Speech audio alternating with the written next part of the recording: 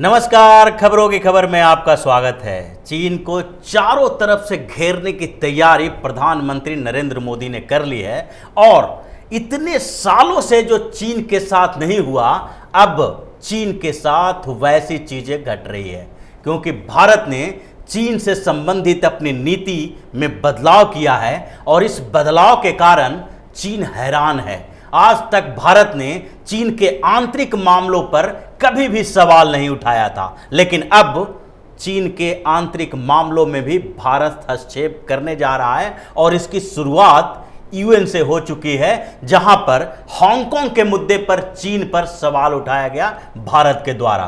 भारत ने यूएन के human rights commission में चीन के उस क्षेत्र का मुद्दा उठाया जहां पर चीन की क्रूरता से पूरी दुनिया परेशान है। हांगकांग में चीन ने डेमोक्रेसी के लिए लड़ रहे लोगों के खिलाफ ऐसे कानून लाए हैं जिसे काला कानून कहा जा सकता है। नेशनल सिक्योरिटी लॉ जो चीन ने हांगकांग पर लागू किया, इसे हर समय और हर जगह पर काला कानून जैसा कहा जाता है। जिस तरह से वहां के प्री डेमोक्रेसी जो डेमोक्रेसी समर्थक जो लोग हैं उनको दबाने की कोशिश की गई है। एक दिन में 300 से ज़्यादा लोगों को गिरफ्तार किया गया है। उसका मुद्दा यूएन में चला गया है और United nation human rights council में भारत ने इस मुद्दे को उठाया है और यह पहली बार भारत ने अपने चीन से संबंधित नीति में परिवर्तन किया है। चीन अब चारों तरफ से घिर रहा है और हांगकांग के मुद्दे पर चीन के पसीने छूट रहे हैं। भारत ने तो ये मुद्दा उठाया ही, लेकिन इसके साथ भारत को समर्थन देने वाले बहुत सारे और देश हैं जिसने हांगकांग के मुद्दे पर चीन के पसीने छुड़ा दिए हैं। सबसे पहले बात करते हैं अमेरिका की। अमेरिका ने हांगकांग के मुद्दे पर 1 महीना पहले से ही चीन के खिलाफ मोर्चा खोल दिया था। उसने पहले ही कहा था कि अगर चीन हांगकांग में नेशनल सिक्योरिटी लॉ लागू करता है तो उसके खिलाफ कार्रवाई की जाएगी, कठोर प्रतिबंध लगाया जाएगा और हांगकांग को जो विशेष स्थिति का दर्जा दिया हुआ है अमेरिका ने, उसको सस्पेंड कर दिया जाएगा और उसके लिए सरकार ने, अमेरिका के गवर्नमेंट ने कार्रवाई शुरू भी कर दी थी। और हांगकांग में जब ये न्यू नेशनल सिक्योरिटी लॉ लागू किया गया और चीन ने वहां क्रूरता शुरू की तो अमेरिका ने फिर से एक बार दूसरे देशों को भी अपने विश्वास में लेना शुरू कर दिया और हांगकांग के मुद्दे पर चीन पूरी तरह से अलग थलग पड़ गया है। अमेरिका के बाद अब जो हांगकांग के मुद्दे पर सबसे मुखर आवाज है वो है ब्रिटेन। ब्रिटेन और चीन के बीच संबंध बहुत खराब नहीं थे। जैसे कि अमेरिका और चीन के बीच पहले से ही व्यापारिक युद्ध चल रहा है, ट्रेड वार चल रहा है और उसके साथ साथ अमेरिका और चीन दोनों प्रतिद्वंदी देश हैं, जिसके कारण अमेरिका पहले से ही चीन के खिलाफ मोर्चा खोल के रखा था। लेकिन ब्रिटेन और चीन के बीच संबंध बहुत बुरे नहीं थे, ठीक ठाक संबंध था। यहां तक कि ब्रिटेन ने अब चीनी कंपनियों को अपने यहां ठेका दे रखा था। 5G अपग्रेडेशन के लिए भी चीनी कंपनी ह्यूवेई को वहां पर काम करने की इजाजत मिली हुई थी। लेकिन पिछले कुछ समय से अमेरिका ने ब्रिटेन का सहयोग करना शुरू किया और ब्रिटेन और चीन के बीच संबंध थोड़े खराब हुए। 5G का जो अपग्रेडेशन का कॉन्ट्रैक्ट था उसके खिलाफ ब्रिटेन में भी आवाज उठी, ह्यूवेई से ठेका वापस लेने की बात की गई क्योंकि वहां भी नेशनल सिक्योरिटी का इशू था, नेशनल सिक्योरिटी का मामला बन गया था ब्रिटेन में। अब हांगकांग के मुद्दे पर ब्रिटेन ने चीन के खिलाफ बिल्कुल मोर्चा खोल दिया है और उसने बोला है कि चीन को वहां पर जो पहले चीन और ब्रिटेन के बीच का जो समझौता हुआ था उसका पालन करना चाहिए था। आपको बता दें कि हांगकांग ब्रिटेन से ही चीन को मिला था, ब्रिटेन का ही शासन वहां पर था। करीब 156 सालों तक ब्रिटेन ने वहां शासन किया और उसके बाद बहुत समय के बाद तक जब 100 साल का उसका लीज खत्म हो गया तो उसके बाद 80 के दशक में चीन और ब्रिटेन के बीच बातचीत शुरू हुई। 1984 में दोनों के बीच एक समझौता हुआ और संयुक्त राष्ट्र के मध्यस्थता में जो समझौता किया गया था उसमें ब्रिटेन ने उसको आगे कुछ सालों के बाद हांगकांग चीन को सौंपने की बात कही थी और आखिर में 1 जुलाई 1997 को चीन को हांगकांग सौंप दिया गया, लेकिन उसमें जो शर्त रखी गई थी, बताया गया था कि वहां पर चीन में जो शासन व्यवस्था है, कम्युनिस्ट शासन व्यवस्था है, वैसी शासन व्यवस्था वहां पर नहीं होगी। इकोनॉमी और एडमिनिस्ट्रेशन के क्षेत्र में हांगकांग को विशेष सुविधाएं दी जाएगी। इसीलिए हांगकांग में वन कंट्री टू सिस्टम की बात हो रही थी, क्योंकि चाइना एक देश और उसके साथ साथ जो सिस्टम उसका है, व्यवस्था उसकी है, वो दोनों हांगकांग में अलग और चीन के मुख्य क्षेत्र में अलग होती थी। लेकिन चीन ने जिस तरह से इस बीच उस पूरे जो समझौते हैं उसके प्रावधानों को तोड़ा, उसके बाद ब्रिटेन ने चीन के खिलाफ मोर्चा खोल दिया और ब्रिटेन के प्रधानमंत्री ने स्पष्ट रूप से कह दिया कि चीन को इसके लिए माफ नहीं किया जाएगा। और उन्होंने तो हांगकांग में बहुत सारे जो लोग ब्रिटेन और चीन के उस समझौते के बाद हांगकांग में रह रहे थे, उनको, जो ब्रिटेन के नागरिक हांगकांग में रह रहे हैं और जिनके पास दोनों तरफ आने जाने की कुछ व्यवस्थाएं थी, 2.5 लाख के करीब ऐसे लोगों को वीजा दे दिया गया है कि आप ब्रिटेन आ सकते हैं। उसके साथ साथ इसका एक्सटेंड किया जाएगा, जिसमें 20 लाख हांगकांग में रहने वाले लोग अब ब्रिटेन आ जा सकते हैं या वहां कुछ समय के लिए रह सकते हैं। उस प्रावधान के तहत 6 महीने की व्यवस्था की गई थी कि 6 महीने तक आप ब्रिटेन में रह सकते हैं, जिसको आगे बढ़ाने की बात की गई है। इससे चीन इतना बौखला गया है कि चीन के जो एम्बेसडर हैं ब्रिटेन में, उसने ब्रिटेन पर भी प्रतिबंध लगाने की बात उठा दी और ब्रिटेन को चेतावनी तक दे डाली है। लेकिन इससे ब्रिटेन को अब कोई फर्क नहीं पड़ने वाला, क्योंकि चीन पहले से ही चारों तरफ से गिरता हुआ दिखाई पड़ रहा है। हांगकांग के मुद्दे पर अमेरिका और ब्रिटेन के बाद जापान ने भी चीन को चेतावनी जारी कर दी है। जापान ने भी कह दिया है कि जिस तरह से चीन ने हांगकांग में नई सुरक्षा कानून लागू की है, उसके बाद वहां पर व्यवसाय करना मुश्किल हो जाएगा, क्योंकि चीन अब हांगकांग में ज्यादा ही क्रूरता दिखा रहा है। वहां लोगों को गायब किया जा रहा है और जापान के लोग वहां पर रहने से अब कतराने लगेंगे। जापान ने उसके साथ साथ जो एक दोनों के बीच सबसे विवादित द्वीप सेनकाकू द्वीप है, जहां पर बहुत समय से चीन और जापान के बीच संघर्ष चल रहा है ईस्ट चाइना सी में, उसके भी एडमिनिस्ट्रेशन में चेंजेस लाए हैं, जिससे भी चीन बौखलाया हुआ है। जापान और चीन के बीच इस समय सबसे ज़्यादा तनाव बढ़ा हुआ है और सेनकाकू द्वीप में तो कुछ समय पहले जापान और चीन के नौसेनाओं के बीच टकराव भी हुआ था, जिसमें जापान के नौसैनिकों ने चीनी नौसैनिकों को खदेड़ दिया।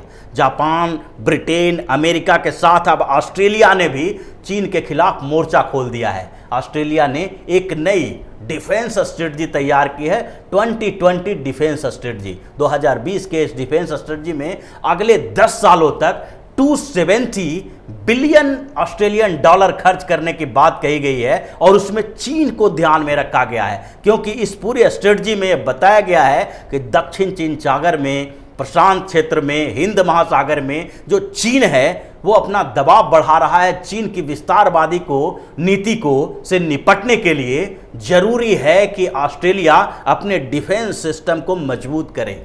याद होगा कि कुछ समय पहले ही भारत और ऑस्ट्रेलिया के बीच एक समझौता हुआ था। ऑस्ट्रेलिया के प्रधानमंत्री स्कॉट मॉरिसन और भारत के प्रधानमंत्री नरेंद्र मोदी दोनों वर्चुअल मीटिंग किए थे, जिसमें दोनों देशों ने एक सैन्य समझौता किया था, जिसके तहत भारत और ऑस्ट्रेलिया एक दूसरे के सैन्य बेस का इस्तेमाल कर सकते हैं। और ये दोनों सैन्य बेस का इस्तेमाल करने के पीछे केंद्र में जो था वो चीन ही था, क्योंकि चीन से दोनों को चुनौती मिल रही थी। ऑस्ट्रेलिया, अमेरिका, जापान, ये जो सारे देश हैं वो एक साथ मिलकर चीन को चुनौती दे रहे हैं। और उसके साथ ये जो सबसे मजबूत संगठन अभी माना जा सकता है यूरोपीय यूनियन का, जिसमें 28 देश हैं, यूरोप के विकसित देश हैं, इनने भी हांगकांग के मसले पर चीन की आलोचना की है और उसके साथ जो व्यापारिक संबंध है उस पर पुनर्विचार करने की बात कही है। यूरोपीय संघ ने पहले भी कुछ समय पहले जो चीन के साथ उसका व्यापारिक टकराव चल रहा था, उस समय भी चीन को चेतावनी दी थी और ये मामला WTO में भी गया था, जिसमें यूरोपीय संघ की जीत हुई। उस समय चीन के जो कुछ कंपनियां हैं यूरोपीय देशों में जाकर व्यापार करती है और उसको चीन की सरकार जो है पीछे से बैकअप देती है। उसको पैसा देती है और ये सब कंपनियां वहां के दूसरे कंपनियों से कंपटीशन करते हुए उनको अपने में अधिग्रहण करती है, वहां शेयर खरीदती है, जिसका पता चल गया था यूरोपीय यूनियन के देशों को। उसके बाद उन लोगों ने चीन की सब्सिडी योजना का विरोध किया और WTO में भी इसके खिलाफ चीन के जाने के बावजूद चीन की वहां हार हुई। तो यूरोपीय संघ के साथ साथ जब ये पूरे देश चीन को घेरने की कोशिश कर रहे थे तो उसी समय चीन के कुछ पड़ोसी देशों ने भी मामला उठा दिया और वो था आसियान के कंट्री। आसियान के 10 देशों का प्रतिनिधित्व करने वाले वियतनाम में चीन के खिलाफ मोर्चा खोल दिया और उसने 1984 के जो वाटरवेज ट्रीटी थी यूएन की, उसकी याद दिलाते हुए बताया कि यहाँ फ्री नेविगेशन की व्यवस्था होनी चाहिए।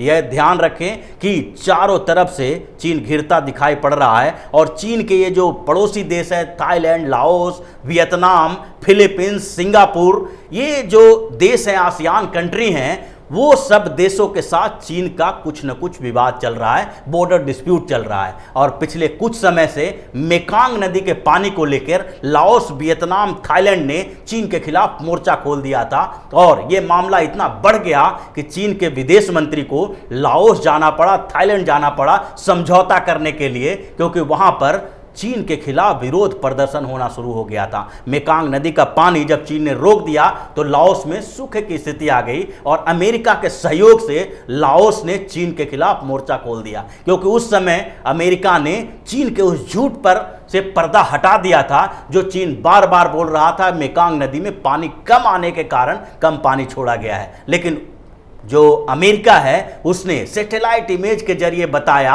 कि मेकांग नदी का पानी कम नहीं है, बल्कि चीन ने छोटे छोटे डैम बना के उसके पानी को रोक दिया है, उसका रुख बदल दिया है, जिससे लाओस और कंबोडिया में सूखे की स्थिति आ गई है। तो ये सारे आसियान देश हैं, वो भी चीन के खिलाफ अब मोर्चा खोल रखे हैं। इसके कारण चारों तरफ से चीन अब घिरता दिखाई पड़ रहा है। हांगकांग के साथ साथ दूसरे मसले जो चीन के हैं उस पर भी चीन को घेरने की कोशिश की जा रही है और यही कारण है कि अब चीन पूरी तरह से बैकफुट पे आ गया है और भारत से ये जो सीमा विवाद है जल्द से जल्द खत्म करने की कोशिश में लगा हुआ है, क्योंकि भारत ने अंतर्राष्ट्रीय स्तर पर चीन को अलग थलग तो किया ही, साथ में राष्ट्रीय स्तर पर चीन के 59 ऐप पर प्रतिबंध लगा के उसके बाद अरबों रुपये का जो चीनी कॉन्ट्रैक्ट है उसको भी कैंसिल करके भारत ने चीन की कमर तोड़ दी है। उसके लिए भी चीन छटपटाया हुआ है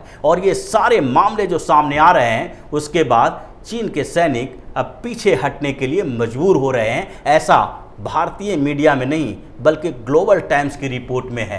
ग्लोबल टाइम्स जो चीन की सरकार की पत्रिका है, ऐसा नहीं है कि वहां पर फ्री मीडिया है, मीडिया सेंसरशिप है। वहां कोई खबर अगर छापी जाती है तो उसके लिए सरकार की सहमति होनी चाहिए और ग्लोबल टाइम्स ने यह बताया है कि दोनों देशों में अब धीरे धीरे सहमति हो गई है। अलग अलग बैचेज में चीन की सेना पीछे हट रही है और अब दोनों के बीच लगभग समझौता होने वाला है। भारत और चीन दोनों का सीमा विवाद अब थोड़े समय में ही खत्म हो जाएगा, ऐसा ग्लोबल टाइम्स का कहना है। और उसके पीछे सबसे बड़ा रीजन है भारत का जो डिजिटल स्ट्राइक और अंतर्राष्ट्रीय स्तर पर जो लॉबिंग है वो, क्योंकि चीन अब राष्ट्रीय और अंतर्राष्ट्रीय दोनों स्तर पर भारत से मात खा चुका है। भारत के आगे कहीं वो टिक नहीं रहा है। हजारों करोड़ का नुकसान करके चीन अब धीरे धीरे बैकफुट पर आ गया है और वो सारी समस्याओं का जल्द से जल्द निराकरण करना चाहता है।